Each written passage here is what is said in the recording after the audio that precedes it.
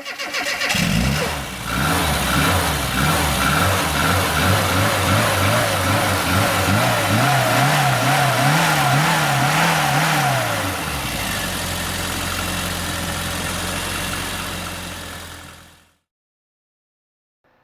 welcome back to another video.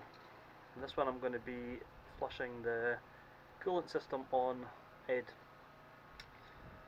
I'm using this, never used it before, thought I'd give it a try, see how it is. Basically what it says is add the bottle into the system, open up the heater, let the heater blow so you're covering the whole system, and let it run for 10 minutes and then drain it out and replace with coolant. So you could do that into your normal cooling system, but what it suggests on this one anyway is to drain it first, add water and add this. It gets rid of all the grit, I suppose, of what's in there, fresh water, and it can act a bit better, so that's exactly what I'm going to do. So Ed is a single put injection mini, which means it has a slightly different radiator, and it does in theory make it easier to drain the system. There's a plug at the front here, which the auxiliary fan temperature switch goes into. That can be pushed in, taken off, and it drains from the front. If it's not an SPI, if it's a carb or if it's got a different radiator. To drain the system, what you have to do is get all the way down there and disconnect the bottom hose to the radiator, which is it's an infamously awkward job to do just because of the space. You can get down there with a long screwdriver. What I usually find, or what I usually do on the radiator without this plug at the front, I'll just disconnect it from the bracket at the top and the bottom, move it about an inch, and it just gives you that more room to get in there, and it makes it more manageable. So for me anyway, I'm going to be doing it this way, and I need to take the grill off so I can get better access.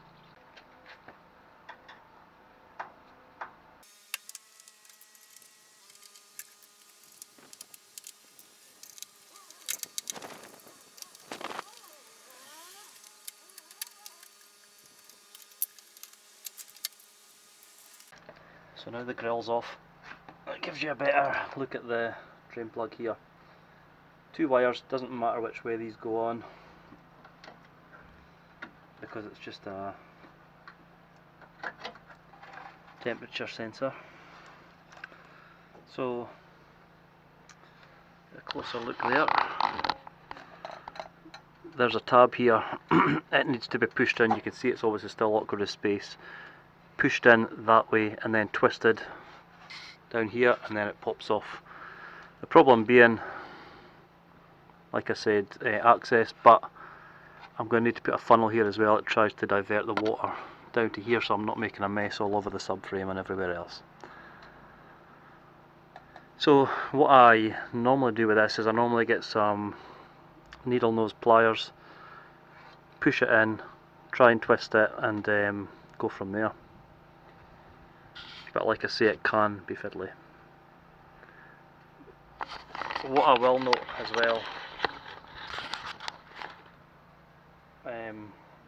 don't do it when the engine's hot, because obviously the coolant will come out and it'll burn you. So make sure that the engine's not been running, or if it has, it's been given enough time to cool down, which this one has. So yeah, let's go ahead and get this coolant out and we'll have a look and see.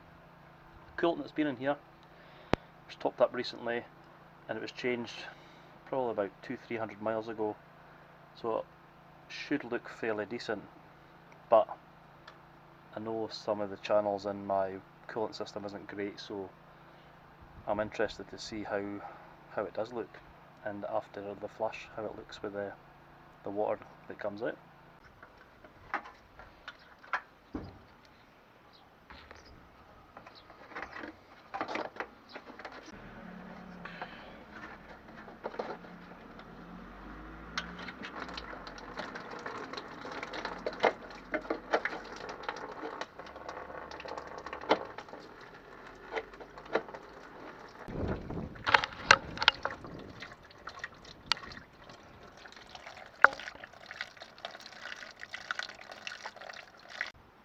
we go, pretty nasty stuff, and like I say, it's not been in that long, so it shouldn't be in that condition.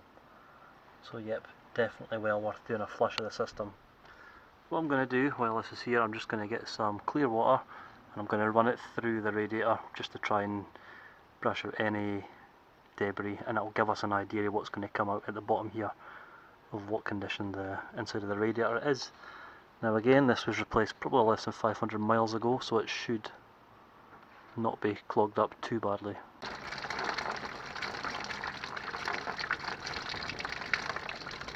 You can see there's still a bit of coolant there, so it was worth flushing it out, but there's not too much floating in it. So what I'm going to do now is I'm going to go ahead, plug this back up, get the system filled up with water, not coolant, just water, because that's what that flush recommended.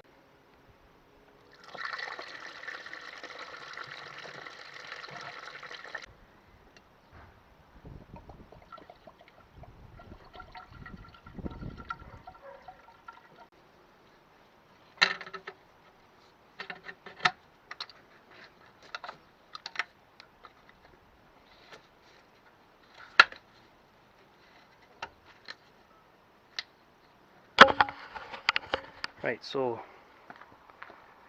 turn the engine on, run it for 10 minutes, let it flush itself all the way through, making sure that the heater is on, so it's getting in the whole system, and then I'll come back to you once I've done that and we'll see what condition this water's in. So there we go, I've run it for 10 minutes.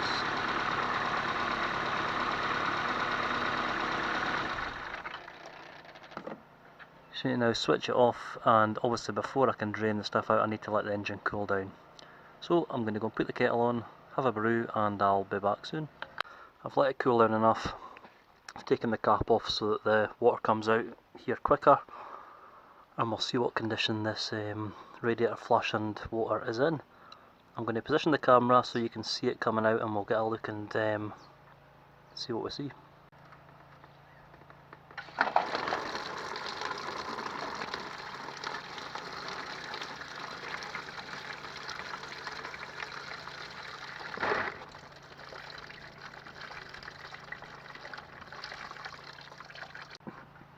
So let's have a look. If I move it around slightly, you can see all the sludge and everything in there.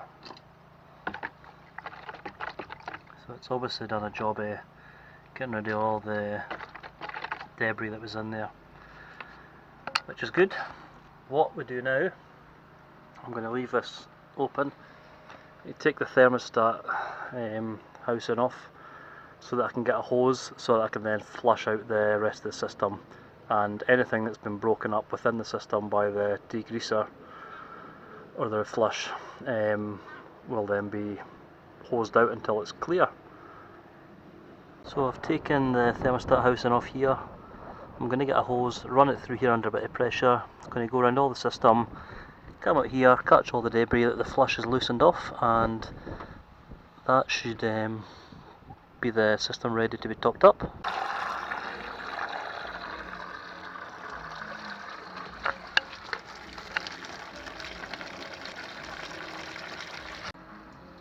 So you can see it's working, it's getting through all the flush.